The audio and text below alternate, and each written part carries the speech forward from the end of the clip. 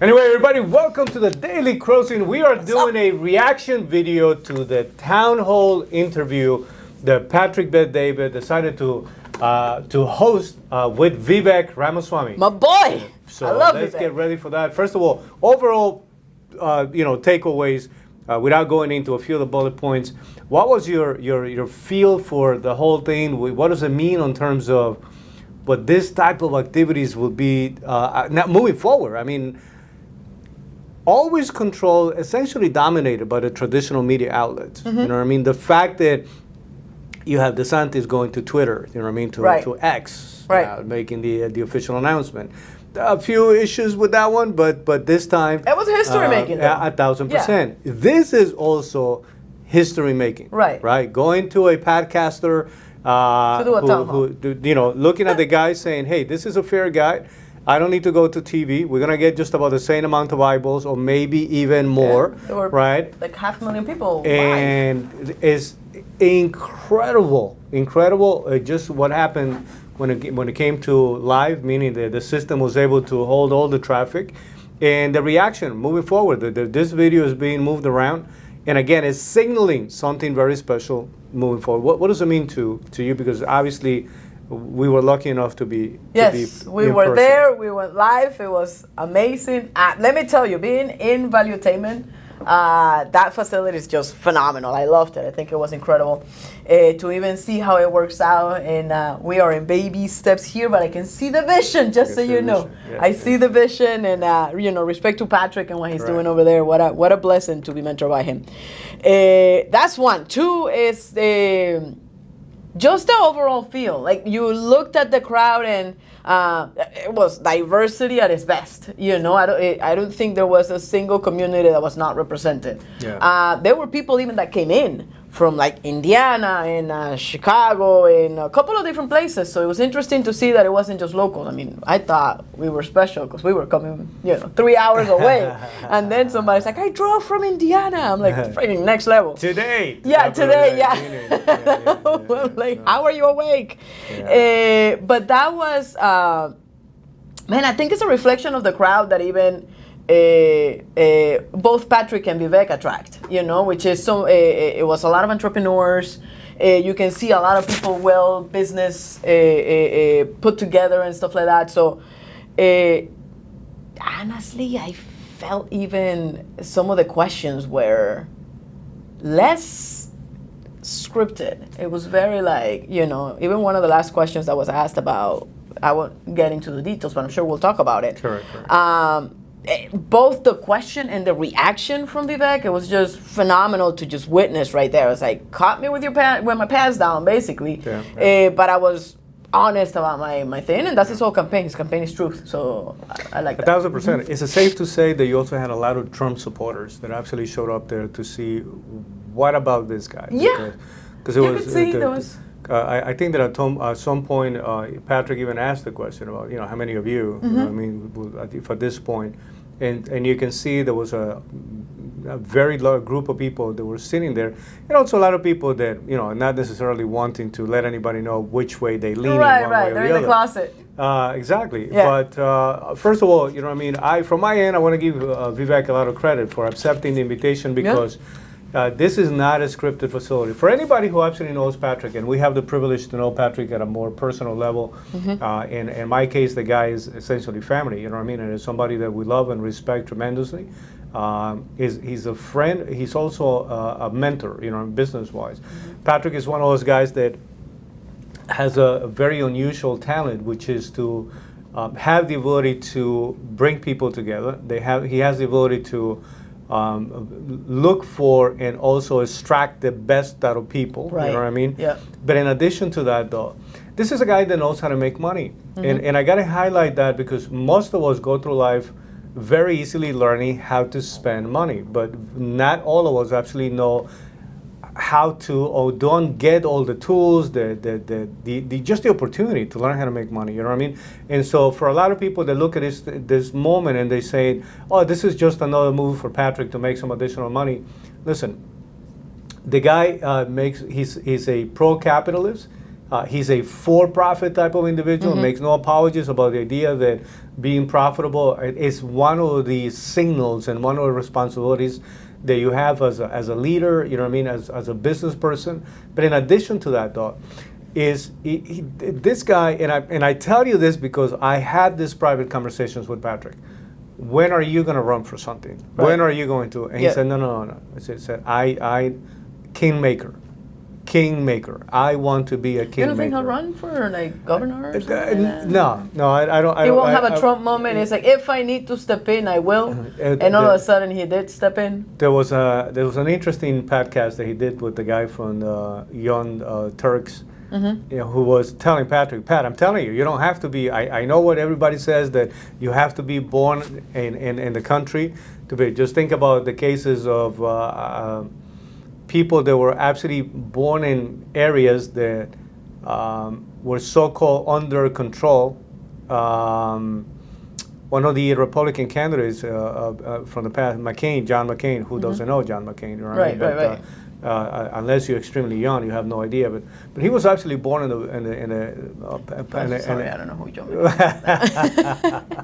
He was actually born in the Panama Canal area. You know what I mean? And that was considered American controlled territory and American soil, for that matter, right? So that gave him the rights to be an American, and rights to. But he was arguing. Listen, you don't have to be. I'm telling you, you can put yourself through a process and see what happens. For a moment, I saw Patrick said, kind of like reacting. Are you sure that's what it is? But other than that, I don't see him right now. At this very moment, with everything that he's got going on. Listen, we were in one of the 2 Valuetainment buildings, right? Right. And business-wise, he's got so much going on and so many great projects coming along the way that I don't see that right now. I think that he wants to make a contribution through the way he's doing it right now. Now, under that concept of kingmaker, you know what I mean? The fact that he's reaching out to different camps, he now knows that he's got enough of an audience, you know what I mean? And he takes that very seriously in terms of, okay, now is our responsibility to carry a message and also to interview some of these people to see what are they thinking. To his credit, he's willing to interview everybody, anybody. Whoever is not showing up, they are not showing up. It's not on them. Everybody's getting the invitation, right? So let's be clear. This guy said, I'm going. This is the second time Vivek is. The first time he wasn't. He was not a candidate announced yet. No, he was kind of hinting, but correct. He wasn't a candidate yet. Very mightly, by the way. Even Patrick was saying to me, it's funny because we were halfway through the podcast. Like in the back of my head, I was like, "You see, are you suggesting?" Because we spoke about that. I said, "Pat, did you know that?" It's like there were hints, but there was nothing that came out with enough clarity until they make the announcement. It was a different conversation. But this is the second time in like 6-7 months that Vivek is in the PBD podcast realm. You know, so it's different language though. Yeah.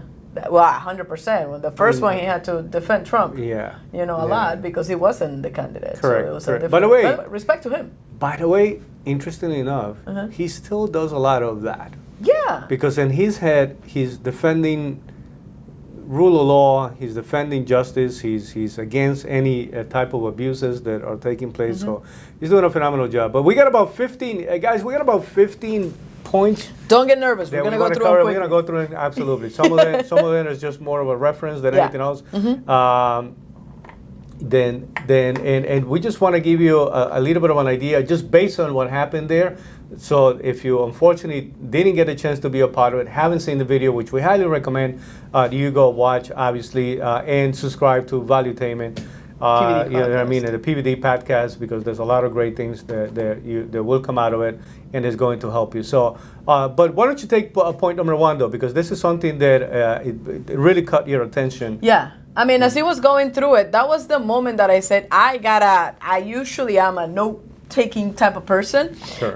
It was a very informal thing. I was just ready to ask questions and enjoy the moment. But this was one of those things that I did not know, and it really caught my attention. Vivek brought up the point about the psychiatric institutions. Correct. And how big pharma has a big play on how much psychiatric institutions have been going down, meaning there's less and less every time. However, drugs like bipolar, schizophrenia, and all that type of drugs, they're actually increased. So there is not a single person that I believe will disagree that as a country, our mental health is not being addressed properly. It's very fragile. Yeah, it's very fragile. You can see about it with, regardless of political affiliation, regardless of whatever is happening, you can see people dealing with that in the mass shootings. You can see veterans dealing with PTSD.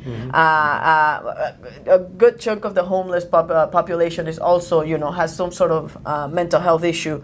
And so seeing Vivek bring this up from that perspective, it definitely for me is shed a new light on, holy cow, this is much bigger than. Yeah. And then you had something to say about the World Economic Forum. There. Yeah, no, and it just alluding something to that point, though. He made it immediately clear. This is not a popular message. Right. I mean, this is not something that many people want to talk about because, right. and it was the first time that he even spoke about it. He decided to make an announcement on one of his positions. You know what I mean? In that situation. So to me, that was absolutely interesting that he actually decided, you know what, I'm going to take a position that may not be popular, but I think is absolutely needed for the country, especially because of the proximity that he has to Big Pharma, right? That is essentially how he made most of his money. And can I tell you that was one of my concerns with him? I'm like, bro, you're a big pharma guy. Correct. So it's like, but the way that he handled that. Well, Patrick hit it immediately, opened up with those two questions, right? The first one was connected to his proximity to Big Pharma and how he deals or how you react about the people that, and because there's a lot of people that are criticizing. Well, how do we know? If you keep saying the Big Pharma is part of the problem and you are connected as a visitor, you know what I mean? So how are you not part of it? That's a fair question. Yeah. And the guy, you know what I mean? Basically, his explanation is, listen, I went into Big Pharma precisely to try to find a way to fix some of the abuses and some of the things that, and just a brief explanation that he gave during the time of the conversation, not only about the reasons, but how it operates, though. It just tells you that it's just a controlled environment, very powerful people. Some people make some choices. You got to wait your turn. You got to, a lot of that so-called crony capitalism that we talk about, right? That is actually expressed that he's placing himself as somebody saying, I went in there precisely because I saw an opportunity to play better, fix some of the issues that are taking place, and hopefully bring value to the overall environment. So, and it's the same thing that he's doing with ESG. 1,000%, right? So then the other issue, the other question was connected to the World Economic Forum, right? Because he was named by them as the top 20 or part of the top 20 most influential people in the world, right? Vivek was named, and this is the kind of guys that are very much, they are. When it comes to the agenda of green it's movement, very Hunger Games. I'm like it's as Hunger Games as it gets. You just see the whole setting. You look at these people, and to be quite honest with you, this is when everybody talks about conspiracy theories. If there was a poster group that should be next to what do they look like, that would be it, right? I mean? And so they eat the meat, not meat, the we can control, how you spend your money by way of electronic currency, so digital currency, so at some point they can decide what you have the right to purchase or not purchase. You're driving too much. You ate too much red meat. This kind of group that, by the way, quietly, because of the strength and power they have, they're very much putting forward the agenda. So Vivek said, listen, the fact that they name me there has nothing to do with me being connected to them, participating with them on any way, shape, or form. I was invited at some point to even be part of I declined. And today I'm actually suing them so that I can make sure that in no way, shape, or form, they're actually going to use my name. So he's making his position very clear.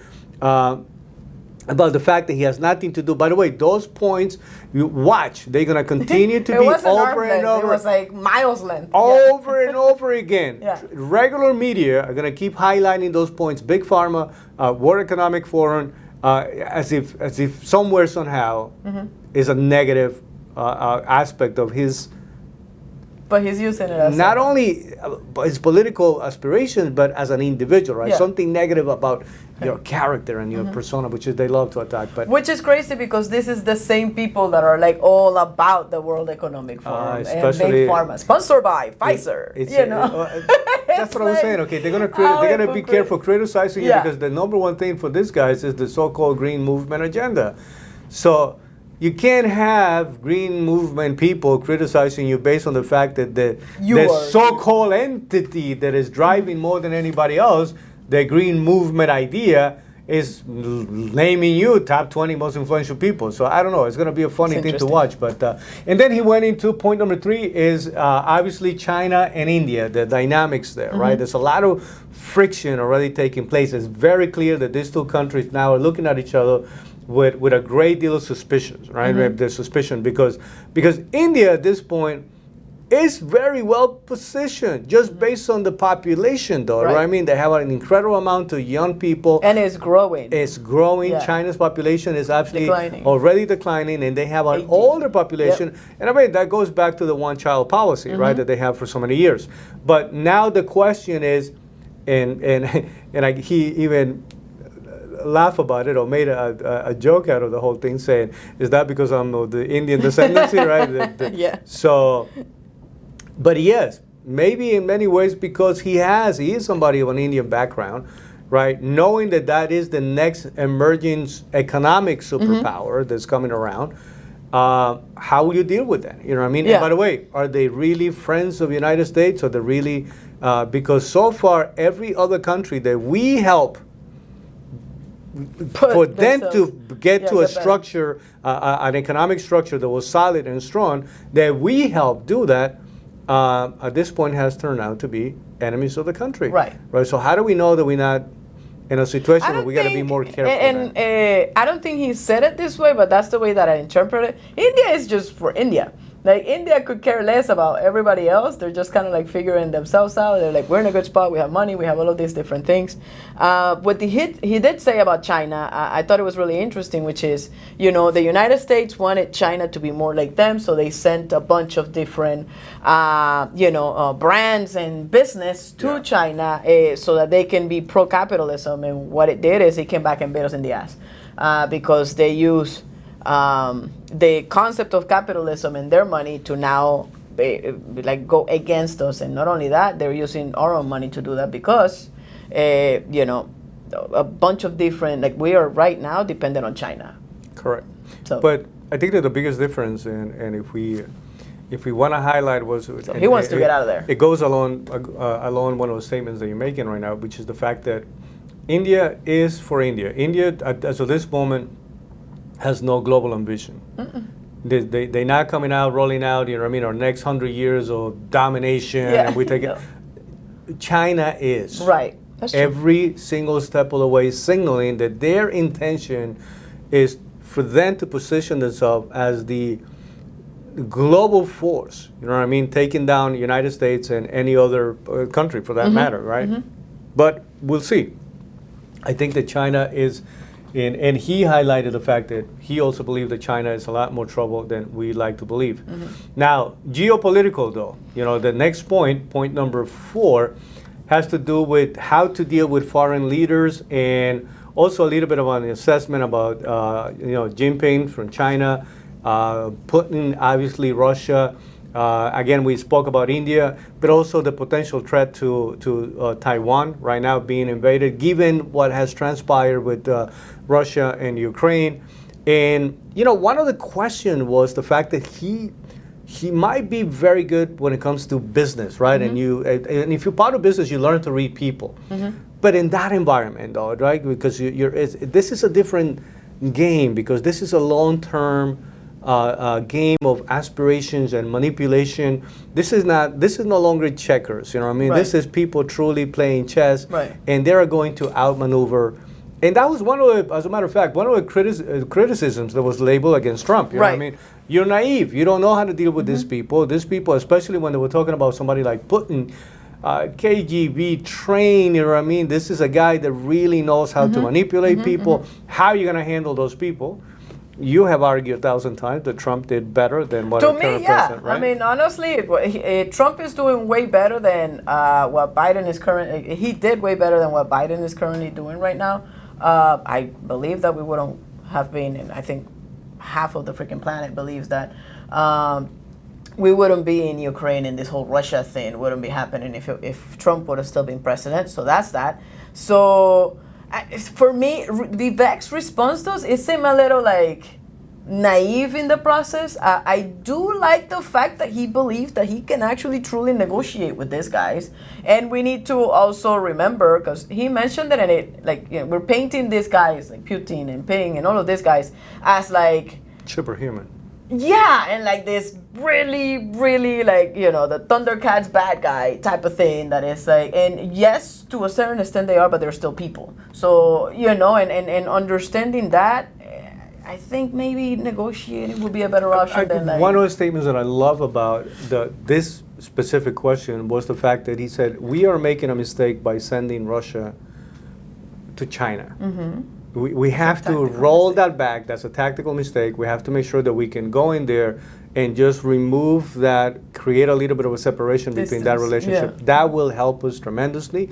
You don't help the situation by making your enemies come together and plot against you, right? Yeah. And Russia right now, to be quite honest with you, it is in a very vulnerable situation. Mm-hmm. You know what I mean? They do understand that Putin himself understands that he's in a very vulnerable situation. So to be quite honest with you, at this point, I believe that there's a difference between a personal agenda and a political agenda that is given to you. And I think that the difference between a Donald Trump and a Biden is that Biden was given an agenda of how to manage this kind of situation. So where do you think Vivek will land? Would he be I think he's more personal? Or? Yeah. I think that he's going in there knowing, and that's the naive part of it, is the fact that, remember, that's also Trump's failure, right?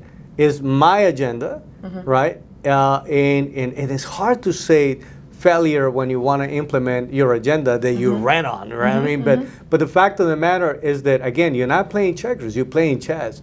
In the same way that you have to get all the people from the other side, your so-called enemies, to come and play ball with you. You also, the people that happen to be supposedly be in your camp, having your right? back. So that they're not stabbing you on the back as you're trying to make progress in the front, which is essentially a lot of what happened to Donald Trump, whether some people like it or not. I mean, there's a lot of people that get disturbed when they say, here are, people with accent, they're from just about I can give you just about every description you want, right? And said, why are you defending Donald Trump? We're not defending Donald Trump. We're describing a situation that unless you want to willfully blind yourself, right, then you can't ignore it, right? But I believe that Vivek will go in there. I'm just hoping that even though he's making it very clear, I'm going in there with my agenda. This is what I'm running on. I hope that he's going to be able to learn from the mistakes Donald Trump made, and use that to say, okay, where did this guy go wrong here? Who was the one that actually made it more difficult? Here's one thing that I like about him, and it's the fact that he is okay with the call-outs, meaning he doesn't, if there's one thing that I've seen, because I've been following him for a little bit, and he will call out people, but he won't call you names. Correct. The thing about Trump is that it's childish as it can be, which is he'll be calling out people, but he'll be calling the names. It's part of his marketing. I get it. And as a matter of fact, funny as hell. As a matter of fact, Patrick even asked it. I said, did he give you young Vivek? He just said, no, so far he's only calling me young Vivek. It's like, I'll take that as a compliment. He's like, so, but don't be surprised when it gets a little closer, you know what I mean, if he feels there is a threat. And that's part of his marketing tactics, you know what I mean? But then that also takes I get it, but it's what alienated us. A lot of people, because again, the whole Twitter conversations and all those messages and all the stuff that at the end, we have to agree that maybe with a group of people that really liked it or that was already sold out to that idea, they found it funny and amusing, but for the rest of the country, just like you're describing it, it came across as petty and childish and immature for somebody who's... You always say something, and don't think I'm calling you wise, although maybe I am. I don't know. We'll see. But you always it comes with the age, you know. Let me take this. It is a compliment, actually. Yeah. You always say that you can say all the wrong things, but end up do the right things. Sure. And I think that is something that Trump did, but it was a big detriment to him. Mm-hmm. I believe that Vivek will not make that mistake. That he's actually saying the right things, and maybe he will be doing the number one thing. And Patrick said it. I don't know if we have. Yeah, we do. We're going to be talking about it in a minute, so we'll talk about that then. Yeah, I mean, listen. The fact of the matter is that is an unfortunate situation. You know, I mean, for us, once you look into policies, you look into the state of the country, once you look into even international affairs, you know, I mean, no wars taking place. Everybody very much playing by their rules and. You know, to see how you know, a guy that is not usually saying the right things, but is also doing the right things. You know, I mean, he was saying the wrong things always, just about always, and almost unable to articulate his own argument about why he was doing certain things, which is, to me, that was a little troubling when it came to Trump, though, because a business guy, very successful, I don't care what anybody says, you don't build $3 billion. Oh, he filed for bankruptcy 6 times. You know what? If you got to file 10 times, but it's still going to take you to $1 billion, go ahead. Don't worry about it. You're going to feel okay about it. Go try it and see how that goes. So to me, that's naive. You know what I mean? One of the most successful shows for 15 years, right? That didn't happen by accident. One of the most successful books that until today, whether you like it or not, you still go back to the art of the deal, right? So the fact of the matter is that he created a brand, you know what I mean? Yeah. And successful. But when it came to this side of it, you know what I mean? That became very difficult, very childish, came across as immature, not worthy of, you know, President of the United States type of, and that was labeled against him in multiple cases. So at this point, the question is, can he say the right thing and do the right thing? And better yet, is he able to explain as he goes along the things that he's doing? Because don't assume that everybody knows what you're doing. Right. Don't assume that every single one of the things that you're doing, even for the benefit of people, if you don't go back and say, by the way, this is what I'm doing because of this. That switch that I just turned on, that one day everybody was happier and making more money, I did that for you, right? If you're not able to do that, though, you know what I mean, all along, every step of the way, I think the Democrats actually do a much better job when it comes to controlling the narrative about every little. Listen, if they gave you a brand new paper clipper, they'll let you know. They'll let you. Hey, that was a brand new one. Look at it. I know a person like that personally. You and I both know. Anyway, with that being said, I love the statement that he made about, you know, the American First agenda does not belong to one man. Yeah. Belongs to us. Belongs to all of us, to every single American. And I love that now we can contrast that because, in all fairness, this was meant to be just like a quick point to highlight. But a lot of the arguments against nationalism that in some cases even Peterson has made against nationalism, and he does it as a warning, right? A lot of the arguments for people like Stalin and Hitler and all of these tyrants that we had from the past, you know, started to make the argument based on a nationalistic vision of the country, right? And so when you go and you start saying America first, and you're saying, well, are we like about to produce the same, you know, sadistic type of leader that is going to become a tyrant? No. It doesn't, that doesn't even make sense for us to even conceive the possibility of something like that happening in this country. Our Constitution doesn't allow it. There is absolutely no way in hell. We know we are near something at that level. We are a lot stronger as a country. Our republic structure and Constitution does not allow you to I mean, as of this moment, I don't know about 30 years from now, I don't know about 20 years from now. But the same way that we were describing, listen, India is only concerned about India right now. Right, and they're doing very well. They're doing very well. Yeah.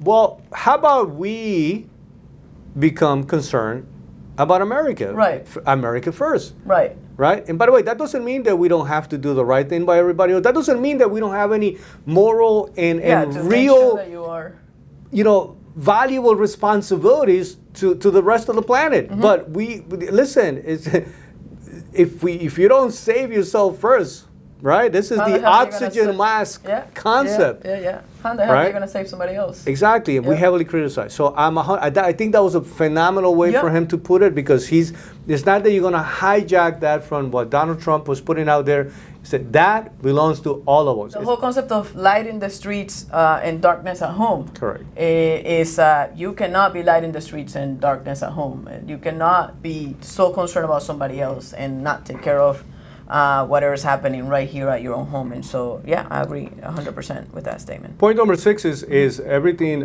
He made an assessment that a lot of people are already considering and thinking about, that the case that they're building against Joe Biden and his son, Hunter Biden, is an ace in the hole that they can actually use whenever they want to just take him down and force him to not run. Kind of like say, hey, listen, we'll leave you alone, but you're not going to be the guy who's going to be running. You know what I mean? Somebody else will step down. I hope he actually does that by allowing a primary to take place, and only God knows who's going to be the individual that's going to come out. I don't think that anybody, and I mean, I don't know of a single person that today would be excited to wake up in the morning hearing President Kamala Harris either, right? But he made an assessment that I think is a valuable assessment. We've been saying that for a while now. You know what I mean? That everything that's being built up, anybody else already would have been, at least a case would have been already filed and presented. A target letter would have been already introduced to say, hey, FBI would have said, we are investigating you for the following reasons. They kind of suggested that on this latest hearing with Hunter Biden saying we just kind of testing the do waters, have other things that might come through, right? They have to disclose that to the judge, so there was not a permanent immunity type of deal, right? So who knows? That's an interesting thing. Point number 7? Yeah. What do you think about that one? Point number 7. We come from a place where that is the case. What is that? Voting day becomes a holiday. Become a holiday. Single day voting, and you that's all that you do that day. And I don't know that I can say that it works in my country, because elections hasn't necessarily been fair, for the lack of better explaining in my country. But here's what I would say: that process it works. It's better than a bunch of mail-in ballots and all of the different. It doesn't lend itself to all of the things that are being claimed. So how do you fight it? Regardless of fairness or not fairness, or was election was conducted, the right way or not, the idea, though, you know what I mean? Because I know what you're saying about Venezuela. I haven't God knows the last time there was a legitimate election going on there.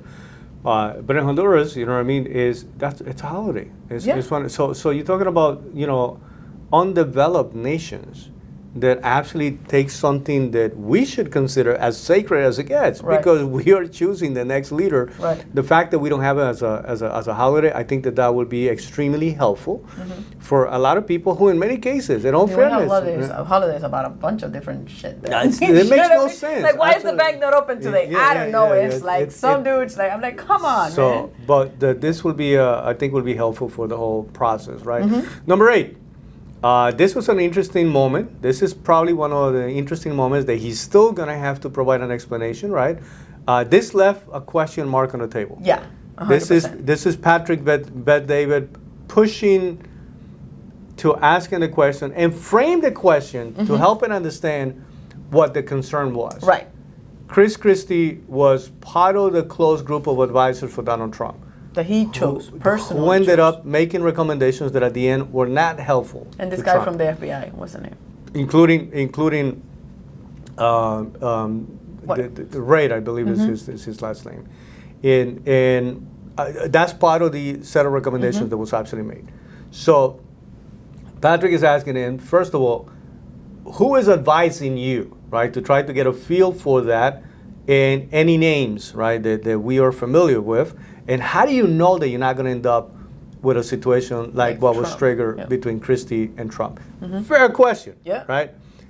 I don't believe that he provided an answer that was of full satisfaction. I think that would be, out of all of them, that would be that moment was a little falter. Do you think it's because he doesn't have a list yet? He doesn't want to disclose it. What's the deal with that? Well, he immediately suggested that he already presented, or he's announcing that he has a list for anything justices, from Supreme Justices to a list of judges. You know what I mean, to in different areas of the judicial, but. That's not the advisor. There's only two possibilities, though. The fact that he was not willing. He spoke about some of them come from the private sector, some of them come from the public sector. The fact that he was not willing to give any names, two things. You know what I mean? One of them is you really don't have that list of people yet, and that's a possibility. Now he's got to go back and reconstruct it, or it was less formal than it needs to be at this point of the game. When you're already becoming, number two. These things have to be really, this is a loose ends, you know what I mean? Yeah. That you got to make sure you bring back together. So, but that was a moment, though, but left a few questions, right? The second thing is that there's also a possibility that he doesn't want to create an antagonistic situation or reality for those people yet, you know what I mean? Because, again, it's early on. And so he was just not prepared or ready even to give question. up his name. And again, it goes back to the fairness of the style of the conversation. And the fact that nothing was actually scripted, you know what I mean? It's like you show up there, they're going to throw questions at you, you don't have to answer. So, but that's the one moment that everybody, once they watch it, you realize, okay, wait a minute, there was no answer to that question. Number 9, he immediately spoke about what he will do. This is almost a Elon Musk style of reconstructing what Twitter was. Elon Musk went in there and let go over 80% of the people working for Twitter. And I think that Twitter is right now working better than ever has, right? And how do you get a company to continue to run with efficiency? Expand. Yeah, if you let go of 80% of it, well, it's very simple. That means that other 80% was not doing what was really connected to. And he said, I'm going in there looking to reduce personnel by 75%. By 75%. That's crazy. Which is going to immediately, he's already aware of the fact of lawsuits will come out, there's a lot of things. But he made it very clear that that's within the scope of the set of powers that belong to a president, where he has the ability to do that. How do you feel about that? I like it, actually, because I believe in every area that is being touched by government, there's this bureaucracy that happens, and it's because people are nice and cozy in their jobs. And they make the rules at the end of the day, So here's the one thing that he said. He said, I cannot go after a specific individual person, but I can eliminate whole departments and different things. And that is the power that he has. It's a bold move. I wonder how it's going to operate, because it's not, Twitter is not a country. That's also something that I was like, oh, I don't know. When he first said it, it kind of like shook me up a little bit. But on the other side, I've been pro running the country like a business. So and just so you know, another way of stimulating the economy, though, like a lot of people don't understand sometimes why these branches or these different groups or why personnel will grow so much within the government. Some of the ways to, again, whether Democrats like that concept or term or not, the whole trickle-down economics not only happens in a private sector, that also happens in the public sector. So if I go and I hire 100,000 people, 250,000 people, overnight, I immediately I'm funneling through those payrolls, money that will be flowing into the street that will have an impact on and that trickle-down economics is a concept that is just as truthful when it comes to the private sector as it is in the public sector. That's interesting. So why do they balloon so much different? Like a new program comes out, it never goes away. It stays there forever, and they just add another one. 83 different welfare programs that are there. You're right. They just stay there forever, but that's a way to stimulate economy and to pour money into the streets so that people, and again, so there's pros and cons to that, when we're talking about the efficiency of something running better, slimmer, faster, you got to reduce a lot of the bureaucracy. But I would rather see 1,000 times tax money going into the government to be utilized for things that will have a greater impact on infrastructure, right. Again, job development, many other things that will go into the private sector versus a bunch of being different people.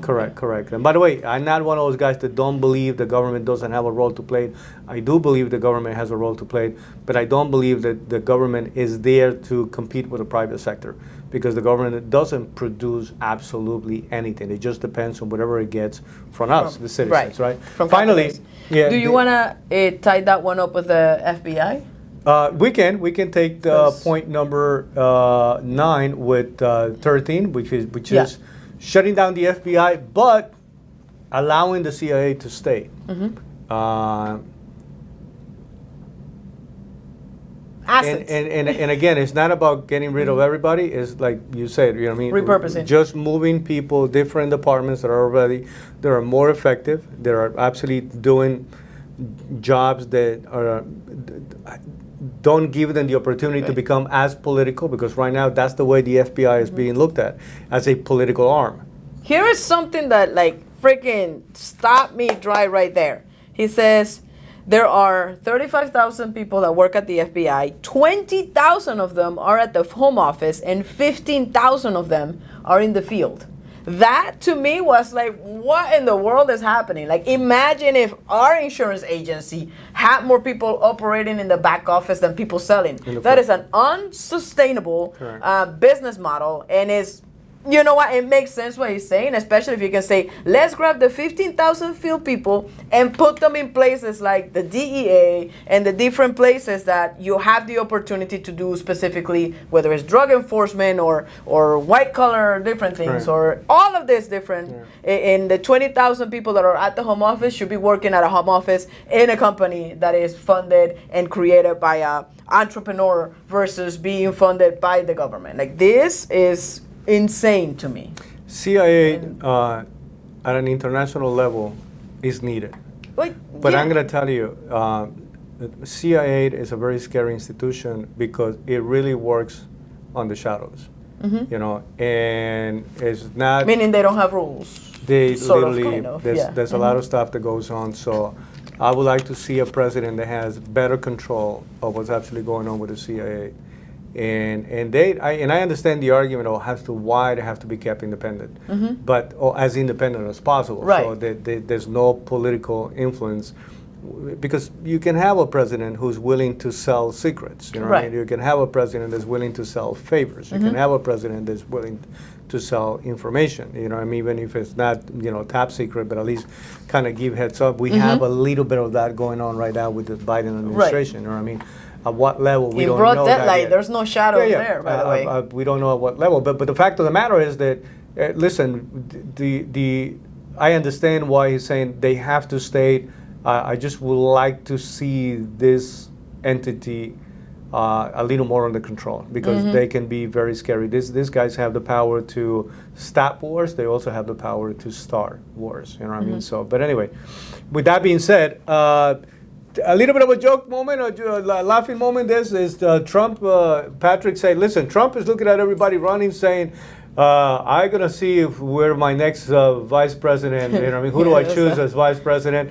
And that was funny. I said, but the question was, and it was the first time he was asked that question, will you consider Trump as your vice president? Right? And the answer was very simple. I said, listen, neither one of us know how to operate as a number two. I think that's a valuable point. And I can see that as a very good thing. It's funny. Yeah, there's no way this one guy can be under the other. But he's also, by the way, DeSantis did not give that much of a clear answer when he was interviewed the other day. That's true. Like, serving the country is always an honor, so and so. That's not what I'm looking for. He kind of opened himself up. It was kind of like left it open a little bit. You know what I mean? It's like, you get those phone calls, you don't know. Hey, that's not the case. This guy said, if it doesn't happen, you know what I mean, I got to keep working on building my case and see if I can get to that level. But by the way, that also, I just want to highlight the fact that he's got a program right now where he's essentially made the choice to pay 10% to anybody that's helping him raise funds for the election. So if you went out there and you were able to help and raise $1 million, you get the chance to keep $100,000 of that money. And I think that's a valuable point, especially right now that he's going to the next level. He already did enough when it comes to fundraising, to also the amount of people that are that his percentage in terms of the polls, to be able to be in that debating stage. You know what I mean? And I think that he's able to stay there all the way until the end. And it can only get bigger and better at this point for the guy. You know what I mean? He's in a very good position. Point number 11, though, the education reform. Talking about $80 billion, and he's talking about eliminating teachers' unions. He's talking about giving parents. Imagine you putting $80 billion in there to truly reform our education system, and to give every single parent right now. And this is the statement, though. It's so powerful, right? When you're talking about right now, people are literally shackled by zip codes. That's where your child has to go. Well, if you happen to be in a little bit of a rough area, regardless of how monumental that school building looks, and the quality of the education is taking place there is not the best one, as a parent, shouldn't you, regardless of whatever background you have, everybody keeps talking about education being a right, This is the closest thing that you can do to turn it into a right. I'm taking my child, I know I'm poor, but there is a better place where he can get better education, be in a better environment, not to be in that situation. Why are we against the idea of giving parents control and choices and stuff like that? $80 billion will go a long way when it comes to improving the education system. I mean, well, for me, I look at every year, teachers are even getting craftier because they post their own, like, you know how people do baby showers and presents? Like, literally, teachers are posting right now, hey, this is the list of things that I need for my classroom to operate properly, because there's not enough tools over there, especially in public schools and stuff like that. So, I mean, if you're paying people that have nothing to do with the actual teaching of the children, and you're not putting enough a tool for the teachers to be able to do the teaching, that becomes a problem. If you want to spend money somewhere, 1,000%, I agree with that. And then you as a parent being able to make a decision and have a choice, 100%. 1,000%. I think it's a very good idea. The next one, I don't understand. You know, it's funny because to come out of elementary school back in Honduras, it was not the whole year and you were being tested like every month. You were testing every month. There was subjects and anything, whether it was math, history, and stuff like that. But what you were concerned to be able to come out of elementary school, you had to pass a civic test. You have to be able to recite by heart. You know what I mean? Everything connected to the national anthem, components of the Constitution. You were able to recite everything connected to the history of national heroes, the flag, the coat of arms. I mean, it was like 18 pages that you have to know by heart, and it was the only way that you were going to be able to graduate from elementary. He's actually saying, if somebody doesn't pass a civic test to graduate from high school. Like that should be a requirement. First of all, a test to become a citizen. Did you? That's what I understand. I like that moment when because I didn't go through high school here, right? But I'm like, wait a minute, just to get my little, citizenship, that I have to take a civic I went to high school test to be able to. You mean, do you actually believe that it's only necessary for the people that came from another country? I promise you that I probably know more about the founding fathers, about our Constitution, about the history of the country, better than people that were actually born in this country. Most people, it's like there are a ton of videos on YouTube about people asking on the streets, like regular, like just the questions that you get asked on that test. Correct. And most people fail it. Most people will fail it, which is baffling. I find it to be a phenomenal idea to include it. By the way, every parent should be supporting that. Every parent should be supporting the idea that we need to know a little more about what makes our country a phenomenal country from the foundational moment of the country. It's not just today. It has nothing to do with what we have become in terms of a political power or or just in general a superpower for so many other reasons. But from the foundational moment, there was something extremely special that took place. The fact that we don't have it, by the time I realized that, it took me by surprise.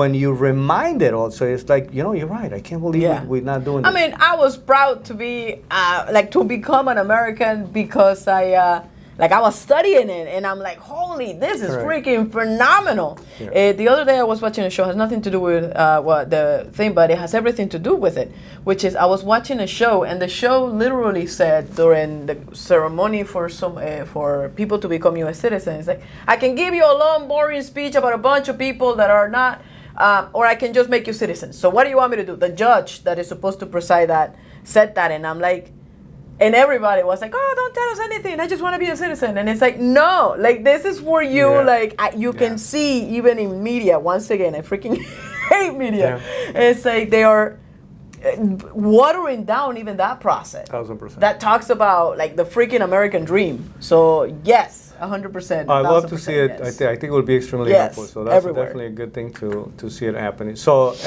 last couple of points, guys. So hang in there. We're getting to the very end of it. Point number 4, he took the vaccine. How do you feel about that? For me, it makes sense. This is your guy. It's my guy, yeah. Okay, and it makes sense what he said. And what a blessing that we have that we didn't, right? Because he said, I had to take the vaccine out of convenience. And how many Americans and how many people in general in the world had to do that, just because they wanted to keep their job. And in his case, it wasn't necessarily about keeping his job, but he was traveling cross countries and stuff like that. And some countries just would not let you in if you didn't. He said, based on the information that I had at that moment, and based on the fact that I had to travel a lot and out of convenience, and my parents and all those things, said I think he said he took one in the booster. One booster. And then... and he said, but he's still very much against the idea of anything that would be forced, mandated. You know what I mean? He also said he wouldn't do it.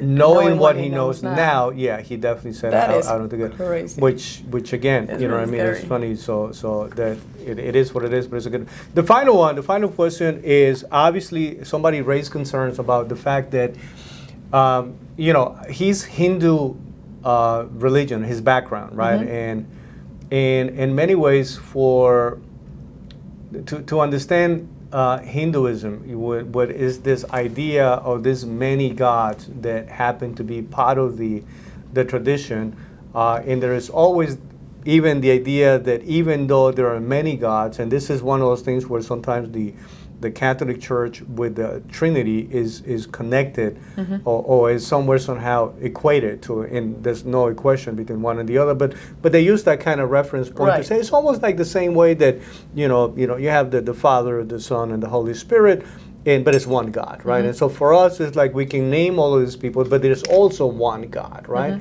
And so. So it's not like that in Hinduism. But Hinduism, Hinduism is the overall concept is that, right? Even though you're praying to, I don't want to call them semi or demi, gods, because they in reality they are known as God of this and God of that, right? But they still promote the idea that there is one God, right?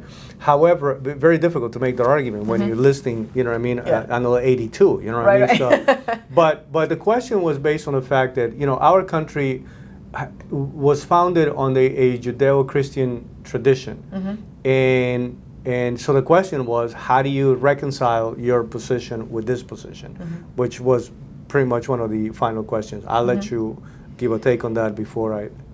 For me, it was one of those questions that he wasn't ready for it. I don't think anybody will ask him that question. It's not necessarily political, but it was very important to this lady, and it is super important for everyody else, especially when it talks about values and principles, Important to a lot of Americans right now, especially a lot of, Christian or not. Right. A lot of Americans. Because at the end of the day, it connects to values and principles. Even as for Muslims, the idea of knowing, okay, what exactly is the tradition that you are going to observe, and as to whether or not, but the most important thing is that when we talk about a Judeo-Christian tradition, there is a set of principles that are part of what is part of the fiber of our country and our nation, a way of thinking. It's not just a way of practicing faith, right?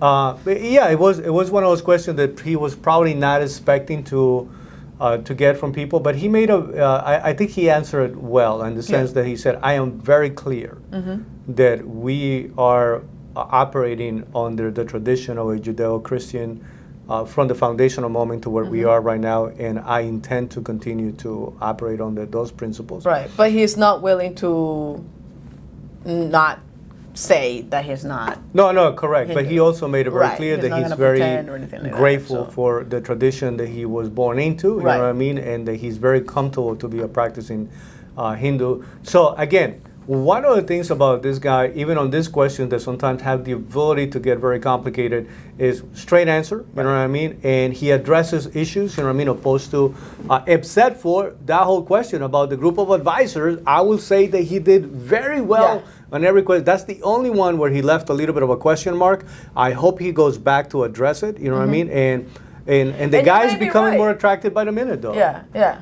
You see? It's like, I've been talking about this guy for a really long time, just so you know. But for me, this whole thing, it was a big win. I think even to the concept of he's not necessarily relatable. The couple jokes here and there, they actually became very, relatable. And it was really refreshing to see somebody that wasn't just answering something and spinning it around, but he was giving the truth. Correct. And he was giving at least his truth, to what he believed that he can do and what he was going to do. So that to me was super important. I loved it. I think it was very refreshing. I love the fact that, again, I'll say it at the beginning, but I'll say it again. He is the person that is not going to stay silent. He's going to call out, but he's going to call out. He's not going to call names. And I think, it's when you compare him to Donald Trump, it's something that he has, like he's way ahead of the league in that they both love the country. And you can tell he just has a more specific way, not more specific, but he's more passionate when he's describing it. I think Trump has a hard time. That's the most amazing thing is by now it's almost like he's having a hard time articulating some of this thing, and I don't know if that has anything to do with getting older. I mean, the biggest contrast, though, is age. No matter what, whether it's primary or general, to the extent that Vivek made a great point. Said if I'm the guy who's going to be running up against Joe Biden, he's out. The contrast would be so much that automatically, like you're looking at somebody that, is like barely looks awake or alive. You know what I mean? Opposed to a person who's vibrant and young and you're saying, but listen, I think that we got to make a final assessment here about the overall experience, some of the things that we learned, so that everybody can take a final takeaway. What is your closing statement for this, though? That was it. I mean, go watch this guy, especially because he gives you a better perspective of somebody being conservative, and you don't have to be an a-hole to be someone like that. And so I connect deeply to that level of, you don't have to be this super uber, like what the every label that a conservative person has, that doesn't necessarily align with everybody that is conservative. It's like, I'm gay and I'm conservative. It's very difficult to be a conservative and gay at the same time, but yeah, here I am, and I feel very strongly about it. And so this message is more relatable to me. Okay. And so that would be it. Go watch him for himself. Go pay attention to what he's saying. He's got to mature a little bit in his message. And, I believe that if he surrounds himself with the right people. Are you saying that he still sounds a little naive in certain areas? Is that what it is? Okay. Yeah. Okay. So there's some of the stuff is like, oh, you haven't been decked in the face yet with that. Yeah. But as a business person, you have to learn how to be decked in the face and keep on going. So everybody's going to be decked in the face. Yeah. It's just, that's just it. That would be the one thing that, but once again, I'll repeat that. If he surrounds himself with the right people, and so that's why closing that end is super important. He's got to answer that question better. Yeah, very efficiently. He's got to be like, I got this guy, private sector, non-sector, justice, this something, is my whatever it is. advisors and my group of advisors and the people. So that everybody, especially the older crowd, can actually say, all right, so, there are, somebody that's like 70 years old is going to be like, okay, who's the grown-up in the place? Yeah. You know what I mean? So he's got to have some grown-ups surrounding him. And I hate to say that because, but that is what's needed. It's super important. Yeah. My final thing, first of all, he was able to plant a flag business-wise very successfully. And I think that it's safe to say that he has also managed to plant the flags very successfully in the political arena.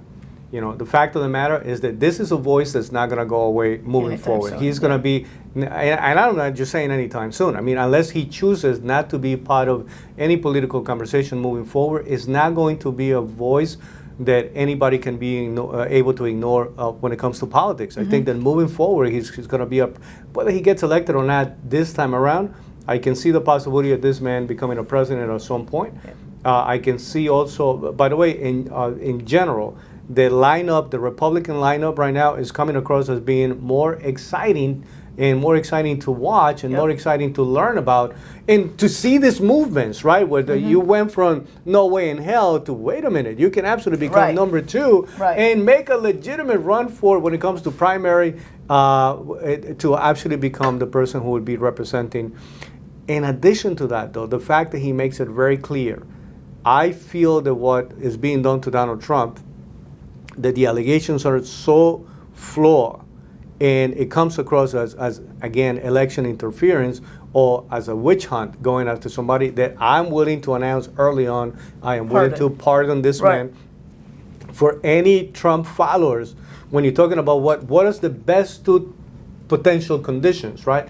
One of them is obviously Trump winning the election. The second thing is to know that the person who will potentially become a president will pardon him just in case. It's super important for everybody to be clear about that point, because that's the only two best possible scenarios. Anything other than that, that means that the system took a man, shoot him up out of being angry, threw him out to be disposed, to almost tell everybody else, how dare you come into our house to try to change the game, and we're not going to allow that to happen. Not a single time was he against or had anything bad to say about Trump. Correct. It was more of, I'm grateful for that.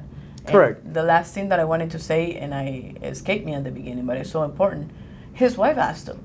Correct. It's like, why do you really want to do this now? He's got young kids, he's got a bunch of stuff, that are happening right now. Why not do it in the next 20 years? Just when the kids are out of the house and stuff like that. And it's like, his wife is just phenomenal. Like, by the way, she was doing surgery. So he had the kids. Those are like real freaking problems. That's just too funny. And him saying, it's like, I don't think we have 20 years. I couldn't agree with him more. I don't think we have 20 years. We're a couple elections away from getting to a point where there's no return. And the fact that he was fighting the statement of America's in a decline, he says that, no, America is going through the adolescence year, and just how you figure yourself out as an 100%. Adolescent, you have the opportunity to, again, surround yourself with really good people and grow out of it. I know as an adolescent.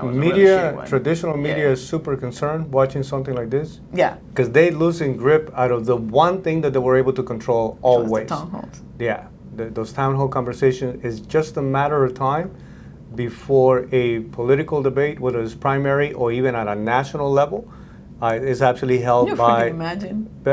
Bet David. Who's hosting the next debate? That would be phenomenal. But listen, it's inevitably heading in that direction. I think this was a win situation for all of us. For not only for Patrick, not only for Vivek, but for every single one of us to know that at some point we, the people, are going to be able to take control of the conversation, the narrative, the questions, and to get a better control of the answers was a phenomenal thing. We salute Valuetainment, we salute Patrick for making it happen. Go subscribe, go following them. and go follow them, you know what I mean, so you can learn a little more about the message and the content that they're putting out there. And by the way, if any of this was helpful to you, you know what I mean, just any of these points, we wish you would have been part of it. If it's not, go watch the video. Yeah. And let us know what you think below. There's a few more things that happen in there. Go watch that video. Let us know, you know, pass this video around and subscribe, you know what I mean? Just share with everybody else. Help us grow the channel so we can also bring this quality of conversation to you. We're going to keep giving you assessments about different people, different situations. The Daily Crossing is an exchange of ideas and views and vision. We respect everybody's position, and we invite you to become part of the conversation. So 100%. with that being said, Let's go. thank you for being part of this one. Thank you. Bye.